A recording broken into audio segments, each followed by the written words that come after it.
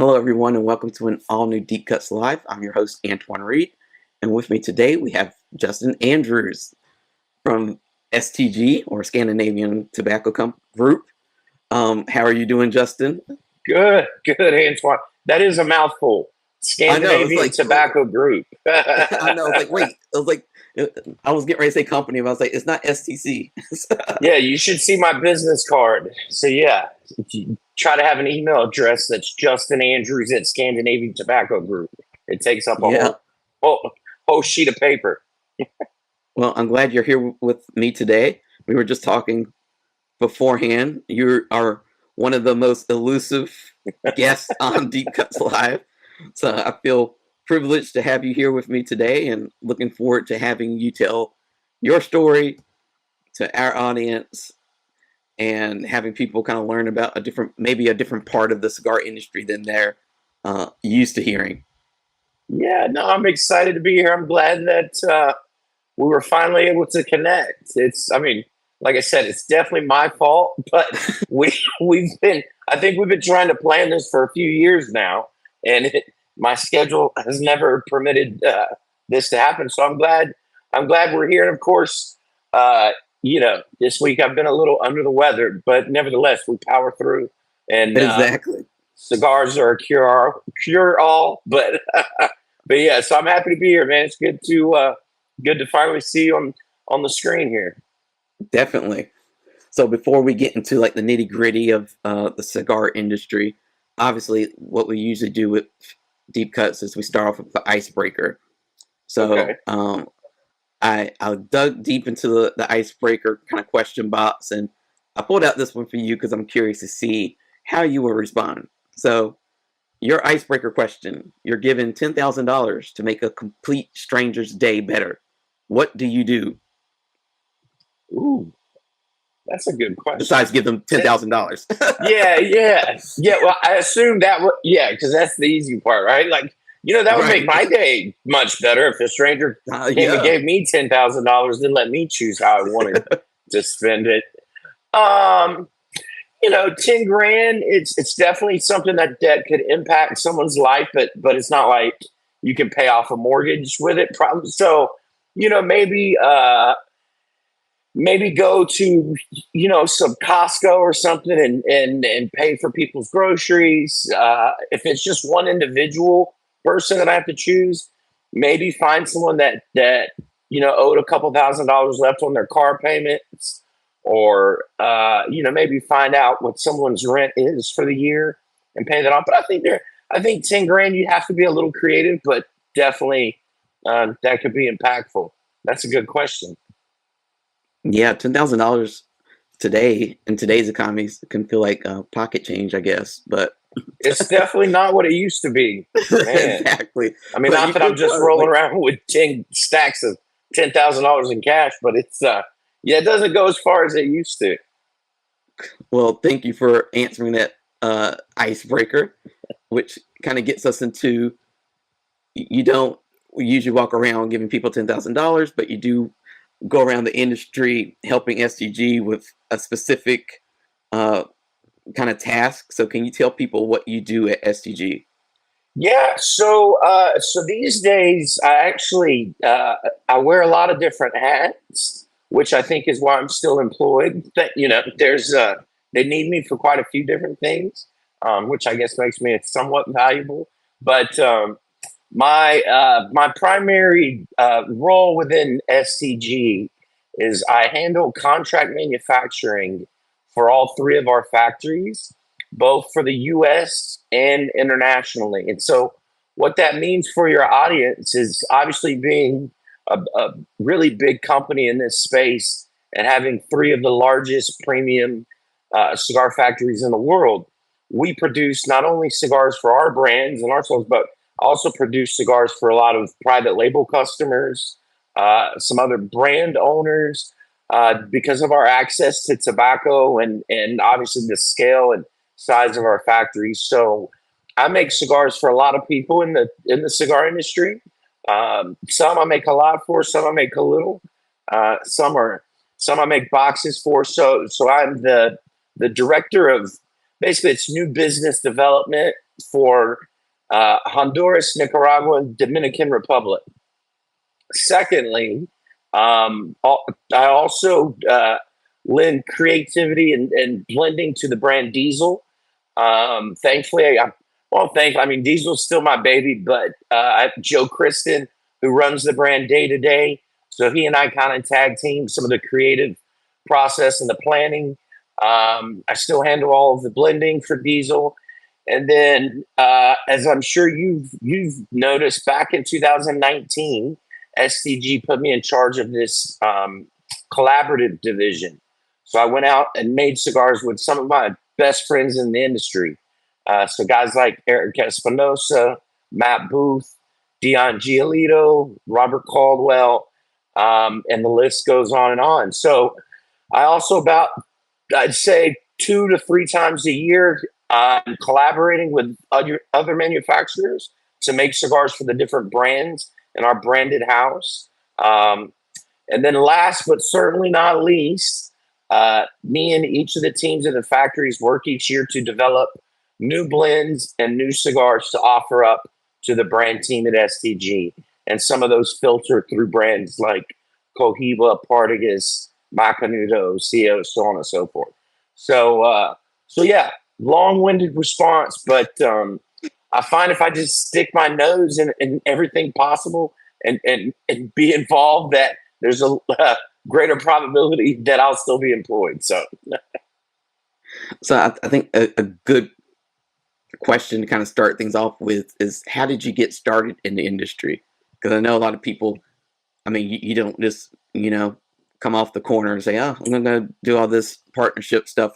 yeah. You have to kind of build up to that kind of position. So how did you get your start in the industry? That's true. Yeah, everybody sees the stuff I'm doing now, and I mean, you're on social media, so you see the kind of some of the teasing that goes on. But I'm like, man, it took a long time to get to this spot here. But so to answer your question, so I come from a family of tobacco farmers, cigarette and chewing tobacco in eastern North Carolina and parts of Virginia. So I grew up around tobacco. Never smoked cigarettes. Really didn't have any interest in it, but definitely grew up going to tobacco auctions with my grandfather at a very young age, picking sucker leaf out of the field. And just, it's a family business. So you just learn the ins and outs of all things tobacco. When I was a senior in college, I saw this internship for a marketing student to help create ideas for a startup cigar company. And I was like, well, I know tobacco. I've been doing this my whole life. So little did I know the difference, right, between cigarette and chewing tobacco and cigar tobacco. So that was, oh goodness, that was 2009. So I graduated in 2010, got offered a full-time position with that company, and never looked back. So yeah, 17 years, 16 years in the business, close to 17. So it's been quite the journey to get here. Yeah, definitely. I know people whenever I'm going somewhere, a trade show or an event, and I'm in a lift, at least if it's during the day and they're a little bit talkative and they say like, where are you headed or whatever, and I tell them something with cigars, they have no idea usually what the cigar world is all about. So like you said, especially here in North Carolina, they think cigarettes and stuff like that. And of course, they always have a story for some reason about, I had a friend who went to Cuba and he brought back a this or that, and it was really good. And I'm like, okay. And then I tell them a little bit about this part of the industry that we work in, and they're like mind blown. They're like, I'm like, like we deal with cigars that are made in Dominican Republic and Nicaragua, Honduras. And they're just like, really? I didn't know cigars were made there. It's like, yeah, it's like completely different world. So I can understand like you coming from this different world into the cigar world, and how you were probably too almost like, oh, it's like it's the same, but it's a different side of the industry. It's different. That's right. Yeah, and I learned very quickly when I started full time. Lou Rodriguez, who was my boss at the time, later became my business partner. The first thing he did was ship me off to Nicaragua. So I spent a couple weeks in Esteli, and I very quickly learned the difference between cigar tobacco and cigarette tobacco. So I'm just trying to light my cigar here. Um, but there's similarities too. I mean, obviously, you're dealing with nature and soil and growing conditions, the environment. It is tobacco; it's just a different varietal. So I do see the similarities, but very vast differences. Obviously, in the product and also in the consumption. I tell people all the time, cigars are a hobby, not a habit. And where I'm from in Eastern North Carolina, I mean, this is tobacco country here. The towns were founded, the restaurants were built because of tobacco, the buildings. So when sometimes I'm almost hesitant to say what it is that I do when people ask me, because inevitably, if I'm anywhere in Eastern North Carolina, leads to a very long conversation. Oh, my grandfather was a tobacco buyer, and so it's cool because it's so ingrained in our history here in North Carolina, especially. But a lot of tobacco ties here, and then inevitably, I have to explain to people why I can't grow cigar tobacco in North Carolina. Because they're thinking the same thing. So it's like I'm explaining what I do for a living while also educating them on the difference. Next, it's been an hour, and I'm like, I was just saying how, So it's Right. it's always something. So you said kind of like your first interactions with the industry was kind of on the marketing side. Like, were you? Because I know, like growing up, we're all kind of faced with the tobacco industry and like the marketing of it, and then how restricted the marketing is and stuff like that. So Yeah, what did you encounter at that point in your career with in terms of like marketing? Like, what was that like? What yeah. could you do? It's funny. So when I went to the interview as a college student, I actually brought some ideas on how I would market the brand. Now, not understanding the regulations, and this is you're talking 2009, it's a long time ago.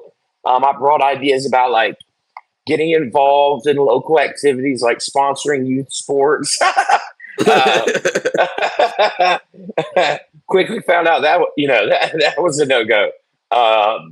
Sponsoring, billboard advertising, all your basic kind of marketing 101 stuff, how to advertise your brand, get the voice out there. That being said, Lou did tell me that out of the 23 or 24 kids that applied for the internship, I was the only one that proactively brought ideas. So I had a folder, I had a little marketing campaign. Looking back on that now, it's some of the stuff is the same, but especially with social media, like the regulations have changed so much. The shadow banning. I mean, we used to do Facebook, target ads, direct to consumer stuff.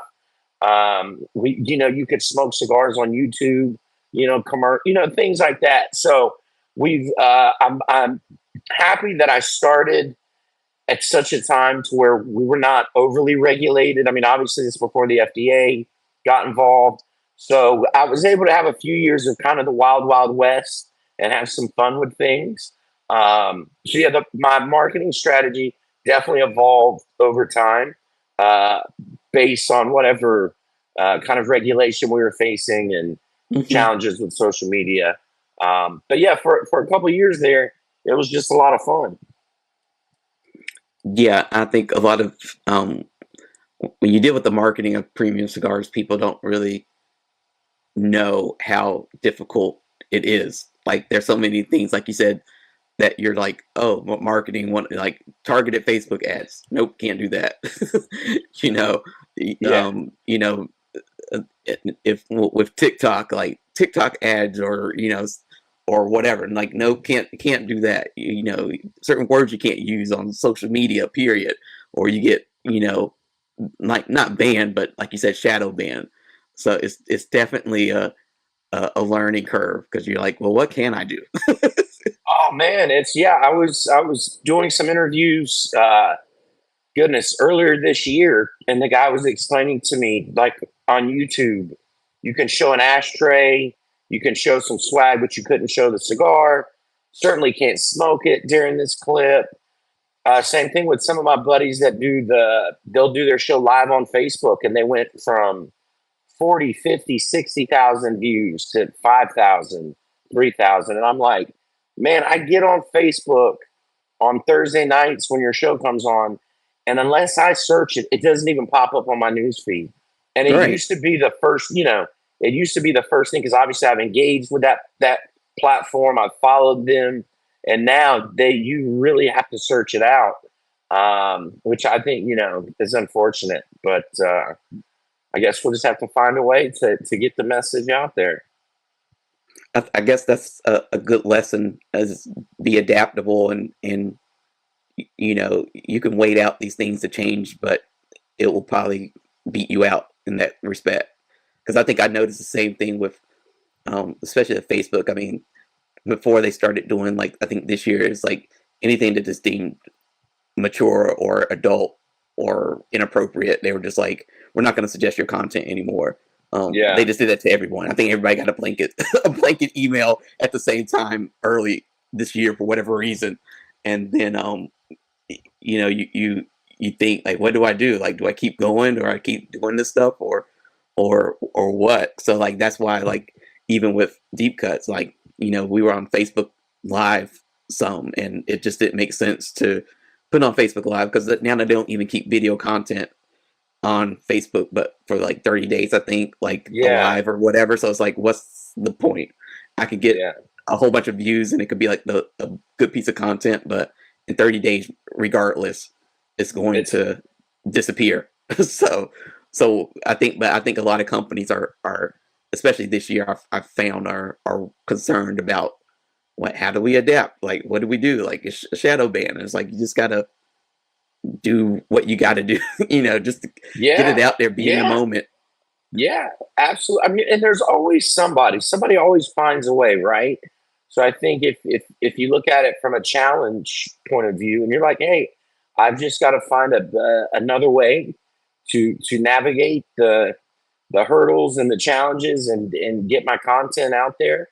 But yeah, I definitely, it's got to be frustrating for you, but it's frustrating for me as someone who consumes cigar media.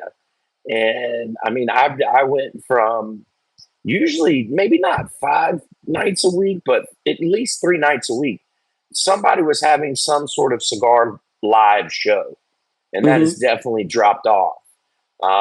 So yeah, so it's challenging for me as a consumer as well, or frustrating. So you get into the industry through marketing. How do you end up at STG? Yeah. So Lou and I had our brand from 2009 to 2015, or late 2014. When you're in a mom and pop company, we're doing everything from cellophaning bundles, packing, shipping. Obviously, we worked with Lou's family's factory, G&G Cigars, and Esteli. And because Lou was a physician, married with kids, his daughters were in high school, and I was this young single college grad, he really started sending me to Nicaragua. So where he would go, once or twice a year, 2-3 times a year, I was going every 30, 45 days, checking on the cigars, smoking the samples, working on things logistically. So at the time, I had no idea how impactful that would be on my career. And I just, I had almost an apprenticeship of firsthand experience on everything from processing tobacco, fermenting tobacco, harvesting tobacco. I mean, they really put me to work when I would go down. I would stay at Gregorio's house, go to the factory with him every morning. So I've really got a master class in all things tobacco at a factory level. So that being said, when I would come back to the U.S., obviously it was the marketing, it was the branding, It was everything that we have to do here. But over there in the factory, I really got to learn all the different stages of how the cigar ends up at a retailer's shelf. So that was fundamental in my growth as a cigar maker. Now, back then, didn't even know, would have never referred to myself as a cigar maker. Came to work. So in 2015, Michael Giannini reached out to me and said, "Hey, listen, I don't have a position for you really, but I need you to come work for STG." Oh, at the time, it was still, we still called it General Cigars.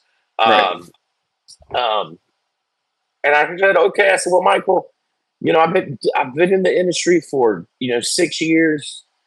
It's all I've ever done. I kind of want to do something else." And he was like, "Man, just come down here, just interview. I need a cigar guy in the building. I need somebody here that I can work with on some of my brands." So long story short, went to Richmond, interviewed at I think 10 o'clock in the morning on like a Tuesday, and they offered me the job at 2 p.m. after lunch. So Wow. yeah, so I don't know if I was just a really good interview viewer, or they were just that desperate, or I don't know. But yeah, so I started out, like I said, didn't have a title. Michael was coming up with all kind of crazy titles like Cigar Czar, Brand Consigliere. God, there were so many good ones, and I've forgotten them over the years. But yeah, that was October, November of 2015. So yeah, so 11 years ago. Um, and ever since then, like I've held a variety of positions and roles and titles. I worked with Michael on the brand Foundry. Uh, Hmm. when we started our broker network, I became the national sales manager of Foundry Tobacco Company. I managed 6 brokers that covered the entire country, or 6 groups of brokers. Um, Goodness, went back to marketing, managed the Tarano brand. Jack Tarano worked for me for a short period of time, which I remind him was the best couple of years of his time in the industry. Uh, yeah, so no, I mean I've been very fortunate that thankfully STG and General Cigar saw something in me, and they've kept me around, and I think my willingness to be a utility player and kind of help where I'm needed has helped too. So kind of the old, what is it, jack of all trades, master of none. So Hmm.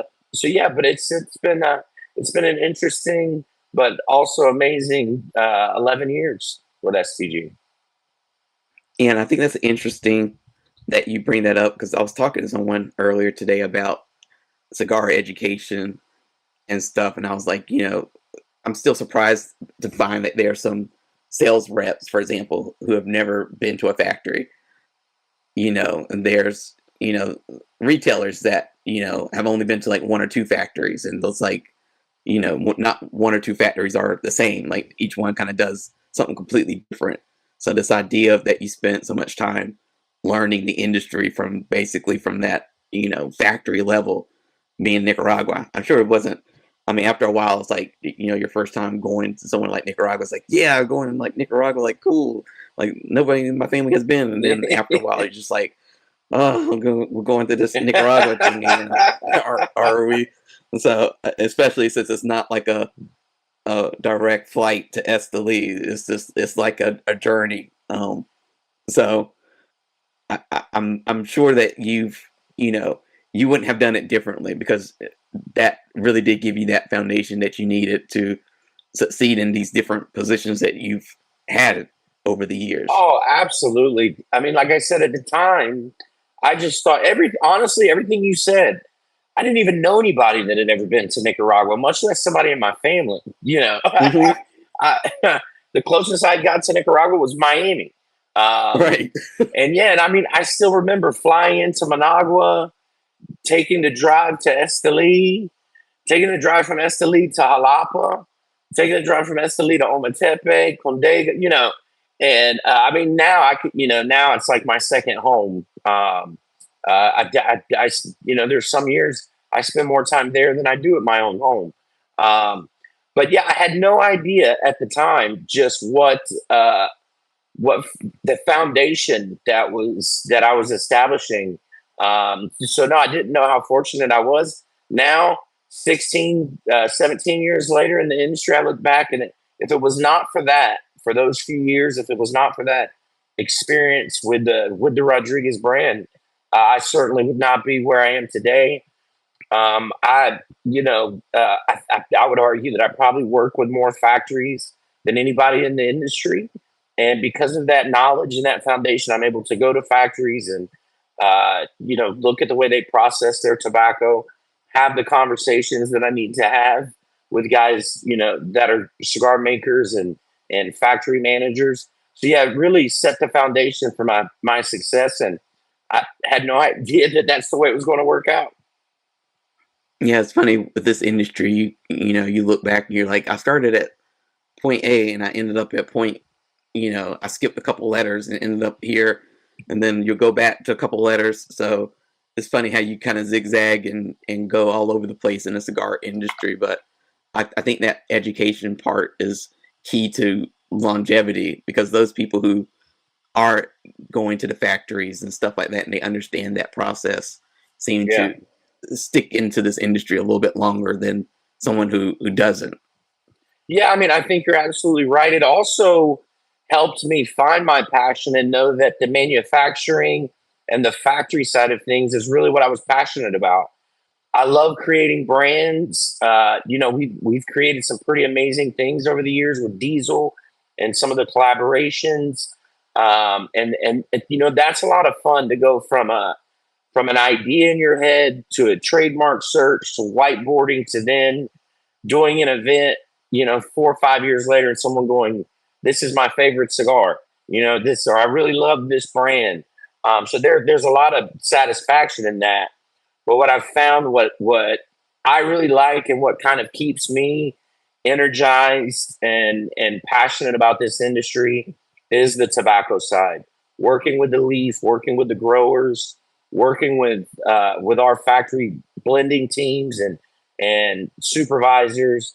Like it's to me, it's really amazing to create these different offerings, these different flavor profiles, these different cigars, and then go out there and offer them up to the teams at STG, teams at other companies, and then you watch those, that blend that you worked on for so many years and had 55 different iterations of that blend, and you finally get it to what you want, and then to see that on the shelf somewhere, it's a truly gratifying experience, and it's pretty cool to see this little seedling end up into this combustible product that people are smoking.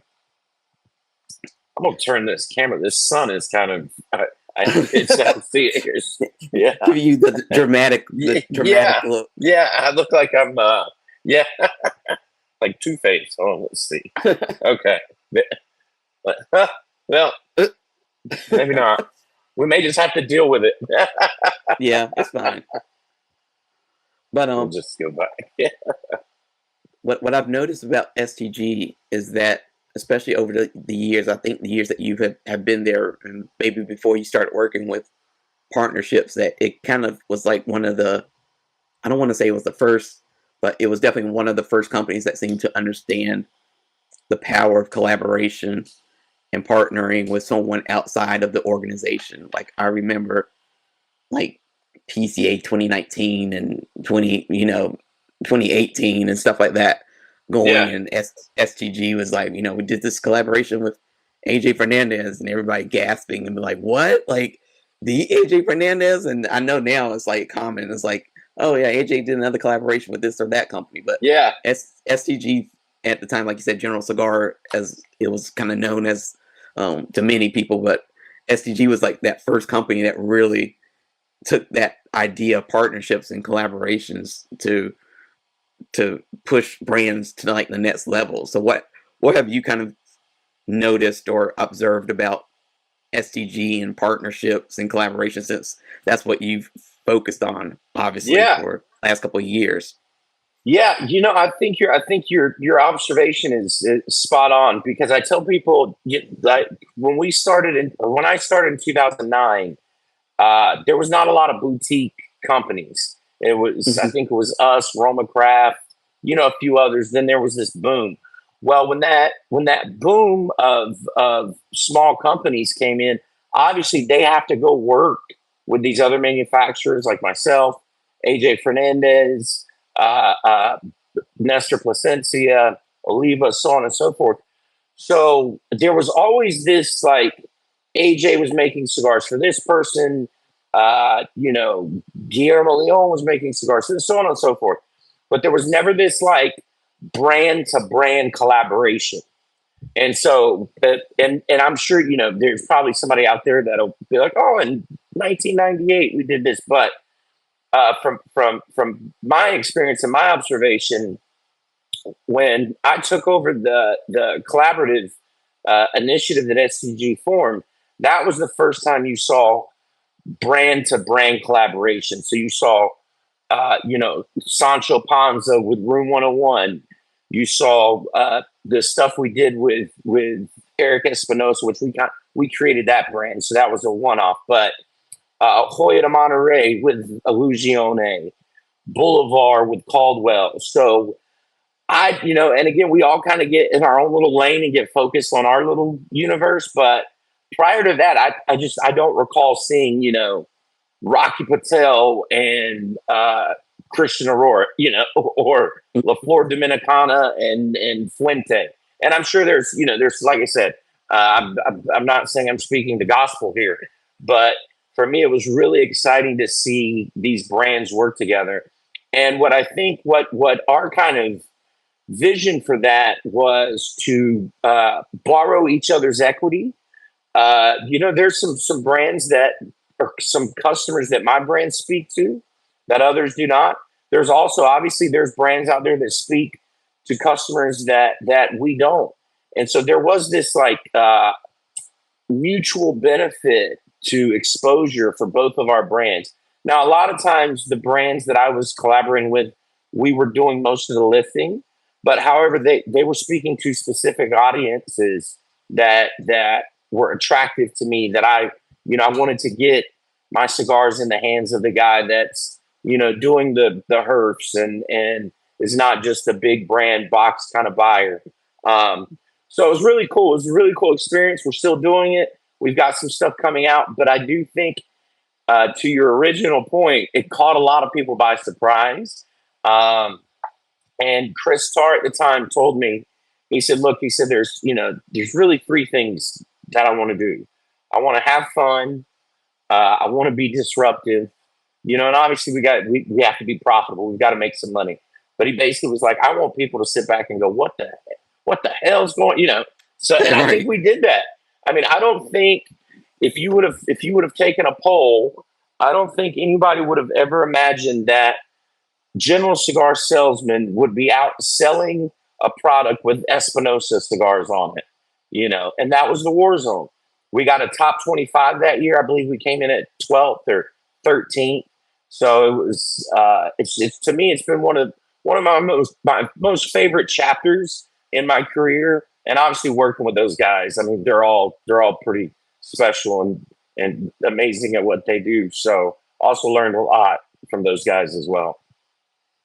Yeah, I just love the idea of the collaboration and putting two people together that you may not be accustomed to or used to.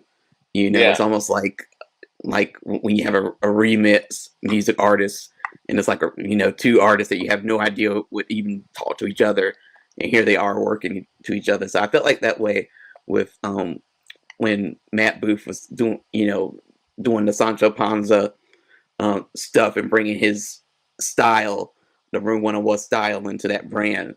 Yeah. I was like, that's fun. It's like different, and you know, people with Matt Booth is like he could release anything, and people are just like, oh, I got to give that a try.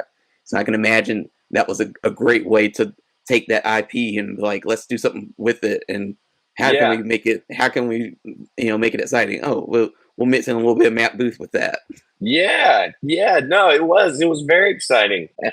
So would you say that Warzone was I guess besides Warzone, what has been your favorite kind of project that you've worked on collaboration Oh, wise? they're all so different. Mm-hmm. But Warzone was the first. I think arguably, well, Warzone was so for a limited edition project. We did three of them. It was definitely the most successful. I mean, the rating really helped. And again, anytime you do something the first time, people are really intrigued by it. Um, so that'll always kind of hold a special place for me. Um, but also working with Matt, redesigning, reblending the Sancho, and then creating the Los Stados Deluxe, which we that cigar had not been on the market, I think, since the late '90s. So I was going through some old trademarks. I saw that it was ours.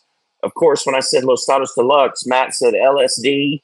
Uh, you know, uh, but so those were two really cool projects because they were so unlike anything we've ever made before. I Mm-hmm. mean, aesthetically, I was really proud because the blends for both of those brands were part of this like blend library that I've been working on for some time. A lot of times working with the team at the factory, we'll create a blend and I won't necessarily have a project for it at that time. So we just kind of we hold it and then inevitably some project presents itself where I'm like, oh, this blend will be perfect for this project. And that was the case with Sancho and LSD. And Sancho always holds a special place in my heart because that was the first cigar I ever smoked was a Sancho Panza Double Maduro. Um, so to be able to go back and work on that brand was really like a cool full circle moment for me. So in 2009, I told my buddy, I said, man, I just got this internship with the cigar company. And he said, have you ever smoked a cigar before? And I was like, no. And he's like, well, you probably should. And we were obviously both in college. And yeah, and the cigar that he gave me was a Sancho Panza Double Maduro.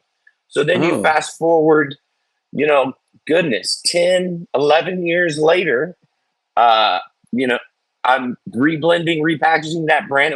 So it was a cool full circle moment for me. I think that's part of the fun part, I would imagine, of working at STG is that you do have, as you were just talking about, all these different trademarks and IPs and history that you can just scroll through, and at any time, I'm guessing if the right project comes along, you can say, oh, let's do something, let's bring this back, and Oh make it yeah.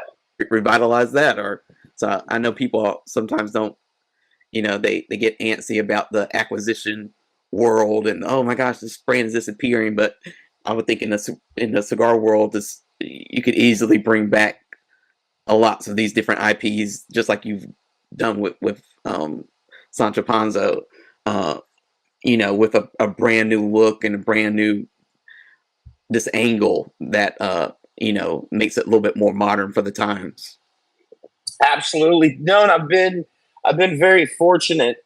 We've got a bigger team now, but years ago there was just two or three of us in the marketing department, so we were all kind of handling everything. Mm-hmm. But I was fortunate to I was in charge of the El Rey de Mundo brand when we migrated it back from JR Cigars, which they had for 20 plus years. I was fortunate to be in charge of the Boulevard Cofradia brand, Boulevard and Boulevard Cofradia. So to be able to work with these legacy marks, and these powerhouse brand names, and kind of either reintroduce them or migrate them over and have this creative license to repackage, redesign, or even some of the brands, were pretty amazing already. We just started putting them back into distribution. So it's been, if I look back and I don't get a lot of time to be reflective, but when I do, I get to look back and go, man, I've been really lucky to work on some pretty amazing brands out there. And speaking of working on amazing brands, I know when I first started transitioning from being just a graphic designer to doing more editorial stuff, like I got to know you as being like the Diesel guy. Like that was your brand, your thing. And I know you say you still work with it, but can you tell us a little bit about that brand? Because I think sometimes it gets, I don't want to say lost in the fold, but Yeah. you all have like so many new releases for it, and it's like people sometimes I guess they can't keep up with all the great Yeah. releases you have for it and the different names that you have for it. It's a completely different. You can tell that it has like a different approach than say like Punch or um, you know, just Partagas and all those other brands that you have in the portfolio. So tell us a little bit about Diesel, what makes it so special. Yeah, man, you kind of touched on it. I remember some of the first presentations that I gave to the company and our, executive leadership team. I would explain to them that the power of Diesel was its uniqueness, right?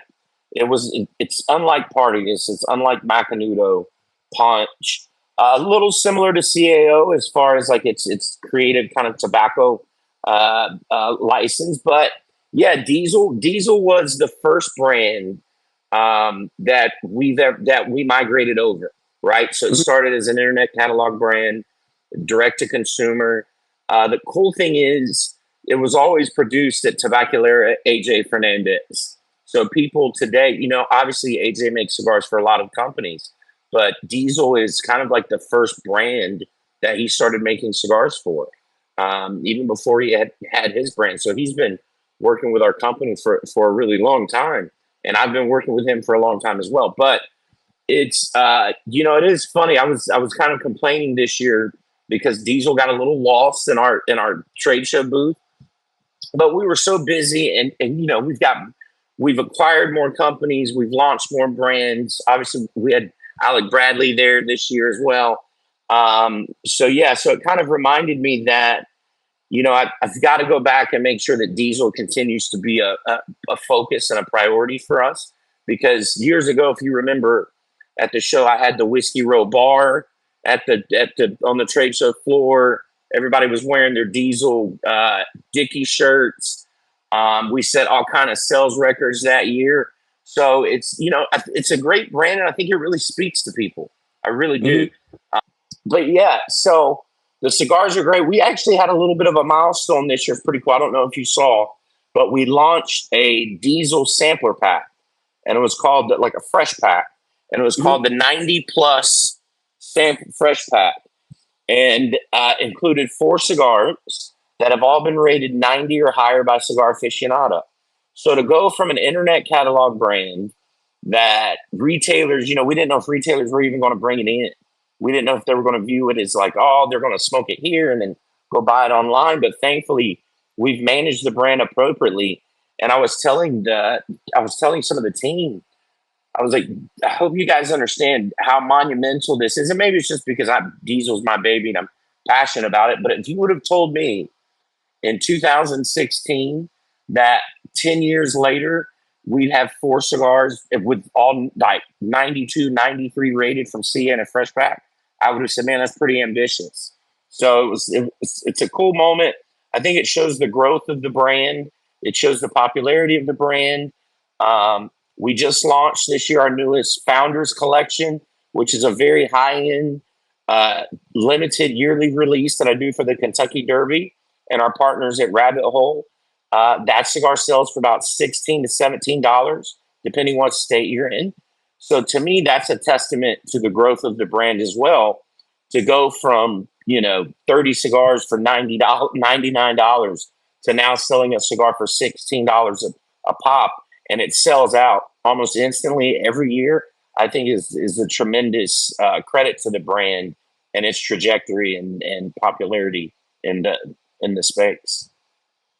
Yeah, and for those who have not tried Diesel yet, like what when you're since I know you're a blending guy, like when you're blending these cigars, like what kind of profile are you blending for?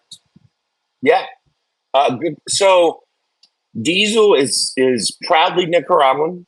We've only ever produced Nicaraguan cigars. All of our cigars have come from AJ Fernandez, so we do have a consistency across the portfolio. So if you like Nicaraguan cigars, you're going to love Diesel. We have entry level cigars, and I'm talking from pricing to flavor profile. We have very high end luxury kind of sophisticated flavors as well. And then we also have some middle of the road, like, I hope you had a robust dinner because this cigar is going to kind of punch you in the mouth.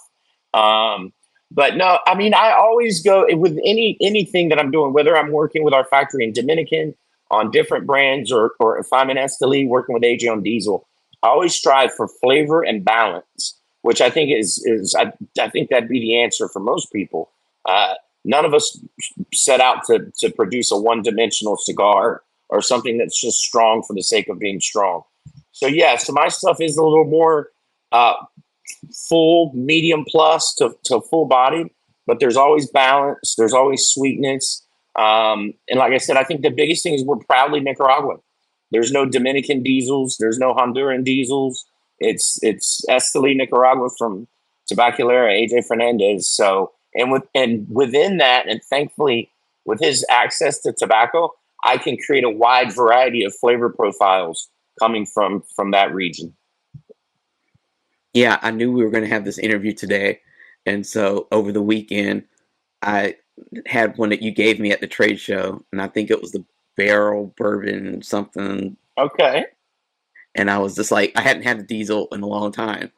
I have like with my cigar collection, I have anytime I could just say, I know I want a diesel or I want this, and I can probably easily go and dig it out somewhere. But since it was like right there in my trade show stat of things that I'm trying to try, I was just like, oh, it was like a nice, fun, approachable blend.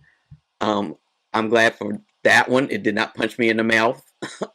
Right, So right. I had not eaten a lot when I had it, so it was one of those that was very like well blended. But honestly, I didn't even I forgot the marketing point that it was made by AJ Fernandez.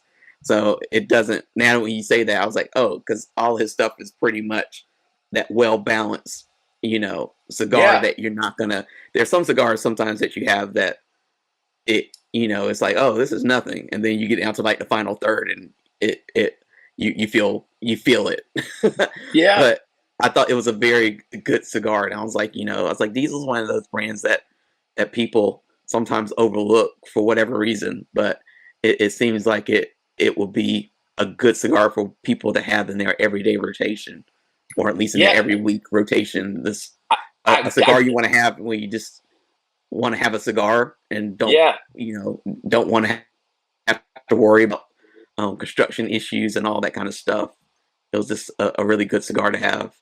yeah. I couldn't agree more. I mean, cigars are all about preference, and all of us have different preferences when it comes to kind of, what our favorite profile is. But I think construction, it'd be hard for me to argue that there's a factory producing better constructed cigars than AJ.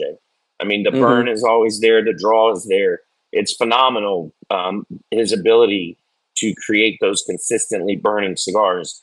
From a flavor profile, I mean, my Diesel Vintage Natural is a solid medium cigar. It's got some creamy flavor to it, some texture, full mouth smoke, but it's not a heavy, dense smoke. It's nothing that's, uh, compared to a lot of Nicaraguan cigars, it's more on the milder end. So to me, that's an approachable cigar. The Whiskey Row Sherry Cask, I tell people all the time, there's enough flavor in both of those lines to keep the aficionado satisfied and intrigued and happy.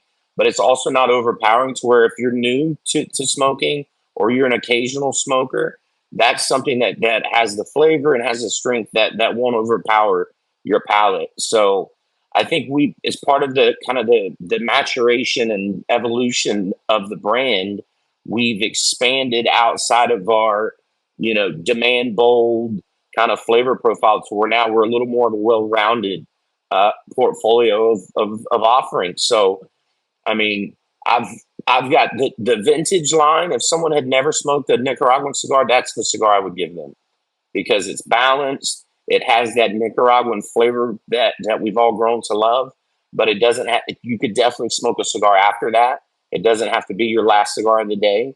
And then obviously the whiskey row line is perfect for pairing with whiskey. And then we've got stuff like Esteli Puro that is more on the fuller bodied line, fuller bodied size. so I think as we've grown and launched new stuff, we're actually a pretty established big boy brand now. So there's something for everyone there, in my opinion. So I definitely think people's homework assignment for this week is to go out and try a Diesel cigar and get your way through the whole portfolio to find which one works best for you. Absolutely. At this point in the show, I like to kind of wrap things up for this first part of the interview that we do with kind of two basic questions. One is, do you have a philosophy that you live or work by? Good question. Man, a philosophy that I live or work by. I don't have like as I sit here and look at my cigar room, some people have like a quote or a saying etched, into something. I don't necessarily have that, but there's a couple like truths that I certainly live by. One is, you know, nothing comes easy, and I've learned that the harder I work, the luckier I get. Mm-hmm. And so I kind of coming that from my sports background and my life prior to tobacco and athletics, I just knew that, hey, I may not be the most talented, but nobody's going to outwork me. And I've applied that philosophy to my professional career as well. I think if you really put in the work, and obviously there's sacrifices along the way, but if you put in the work and you're dedicated, I think good things will happen. And I think I'm living proof of that. And I want you to finish the sentence. Justin Andrews is. Oh goodness, I've been feeling old lately. Man, is that bad? That's the first thing that popped into my head. You're feeling old. Man, because coming up, I was always the youngest guy in every room. Especially in the cigar industry. When I would tell people like, "Oh, I've been doing this 10 years. Oh, I've been doing this 15 years." They're like, "What did you start when you were 12?" Man, now this year I'm feeling old, man. This was my 15th trade show, and good Lord, I'm just but I'm still excited. But yet, man, maybe I should have said something more profound than that. But yeah, just Justin Andrews is feeling old these days. Well, I want to thank you for coming on, and I want you to sit tight because we got more to film. But before we go, I want you, for those people who maybe just be listening to this, the audio version of this podcast, can you tell people the website and the social media for Diesel, or if they want more information? Yeah, absolutely. So we have dieselcigars.com. Diesel Cigars on all social media platforms, Instagram, Facebook. My name is Justin Andrews. So again, you can find me. I'm on Instagram and Facebook. We also have a website called cigarworld.com. Obviously, the .com is implied, but Cigar World. And what it is, and it's not just all of our STG brands. It's kind of an industry website as well. So if you'd like to go find information on any of our brands, we do some really cool editorials there. Also, some different focuses on things like women in the cigar space, different countries involved. I would encourage everyone to check Cigar World out, and then obviously Diesel Cigars as well. Awesome. Well, like I said, sit tight because we got more to film. But I want to thank everyone for watching or listening for this week. If you missed any of this episode or you want to see any of the past episodes, you can catch them at youtube.com/deepcutslive. And if you're listening to this on any of the different podcasting platforms, I always ask, please be sure to leave a review. They always help. It could be positive. You can also critique. Everything is useful these days. So feel free, just leave a comment, follow, like I said, review. And until next time, thank you.